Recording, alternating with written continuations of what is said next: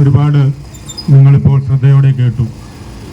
നമ്മുടെ ആഹ്വാനമനുസരിച്ച് അരൂരിൽ നിന്ന് ചാത്തന്നൂരിലേക്കുമുള്ള റോഡിൻ്റെ ഇരുഭാഗങ്ങളിലുമുള്ള കടകളും സ്ഥാപനങ്ങളുമൊക്കെ നമുക്ക് ഐക്യദാർഢ്യം പ്രഖ്യാപിച്ചുകൊണ്ട് ഇന്ന് ഉച്ച മുതൽ കടകൾ അടച്ചിട്ടു.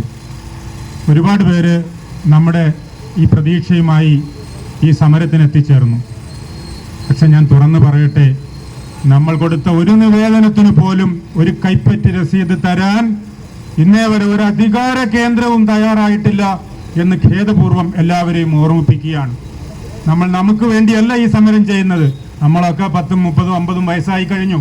1-ാം ക്ലാസ് മുതൽ 10-ാം ക്ലാസ് വരെയുള്ള കുട്ടികൾ അവരുടെ 10-ാം ക്ലാസ് കഴിഞ്ഞ് ചാത്തന്നൂർ HSSലും NSS സ്കൂളിലും മറ്റ് ITയിലും ഒക്കെ പോകാൻ വേണ്ടി തിരുമുക്കിലേക്ക് വരുമ്പോൾ ഇവിടെ ബസ് ഇറങ്ങി ഈ ഹോളിൽ കൂടെ അപ്പുറത്ത് പോയി അടുത്ത ബസ് പിടിച്ച് ചാത്തന്നൂരിലേക്ക് പോകുന്ന ഗതികേടിലേക്കാണ് വരും തലമുറയെ നമ്മൾ തള്ളിവിടുന്നത്.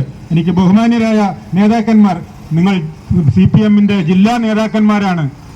ഞങ്ങൾ ഒരുപാട് പ്രമേയങ്ങളും പാസ്സാക്കി വിട്ടവരാണ്. ഒരു മറുപടിയും കിട്ടിയില്ല. പക്ഷേ നിങ്ങൾക്ക് കൊല്ലം ജില്ലയിലെ CPMന്റെ ഉന്നതരായ നേതാക്കന്മാർക്ക് വേറൊരു അടിപ്പാതയും നിങ്ങളുടെ പ്രിഫറൻസിൽ ഇല്ലാത്തത് കൊണ്ട് നിങ്ങളുടെ ജില്ലാ കമ്മിറ്റി ഒരു തീരുമാനമെടുത്ത് സംസ്ഥാന സർക്കാരിനെ അറിയിക്കണം എന്നാണ് എനിക്ക് വിനീതമായി അഭ്യർത്ഥിക്കാനുള്ളത്.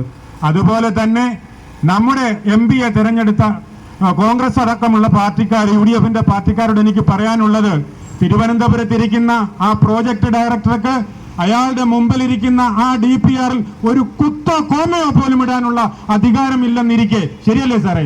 ഇല്ലെന്നിരിക്കെ ഇനി അയാളെ കണ്ടിട്ട് ഒരു കാര്യവുമില്ല. അയാളോട് ഇത് പുനഃപരിശോധിക്കാൻ ഡൽഹിയിൽ നിന്നൊരു ഉത്തരവുണ്ടാകേണ്ടതുണ്ട്.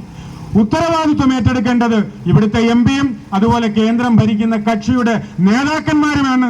ഞാൻ ഒരിക്കൽ കൂടി ഓർമ്മിപ്പിക്കുന്നു, ഇല്ലെങ്കിൽ നമ്മൾ ഇങ്ങനെ നോക്കി നിൽക്കെ ഇവിടെ മണ്ണ് വീണുകൊണ്ടിരിക്കും. ഞാൻ ആദ്യം സമരത്തിനായി ഇവിടെ വരുമ്പോൾ ഇവിടെ ഒരു കുട്ട മണ്ണ് വീണിട്ടില്ലായിരുന്നു. ഇപ്പൊ ലോറിക്കണക്കിന് മണ്ണ് വീണ് കഴിഞ്ഞു. ഒരു 100 ലോറി മണ്ണ് കൂടെ വീണ് കഴിഞ്ഞാൽ പിന്നെ നമ്മുടെ പ്രതീക്ഷ പൂർണ്ണമായി അസ്തമിക്കും. നാളെ ഇതിനു വേണ്ടി ശക്തമായി ഇറങ്ങാത്തതിന്റെ പാപഭാരം വരും തലമുറ നമ്മുടെ മണ്ടയ്ക്ക് വെച്ച് കെട്ടും എന്ന് മാത്രം ഓർമ്മിപ്പിച്ചുകൊണ്ട് തുടർ സമരങ്ങളിൽ എല്ലാവരും ഉണ്ടാകണം എന്ന് മാത്രം അഭ്യർത്ഥിച്ചുകൊണ്ട് ഞാൻ എൻ്റെ വാക്കുകൾക്ക് അടിവരയിടുന്നു. നന്ദി.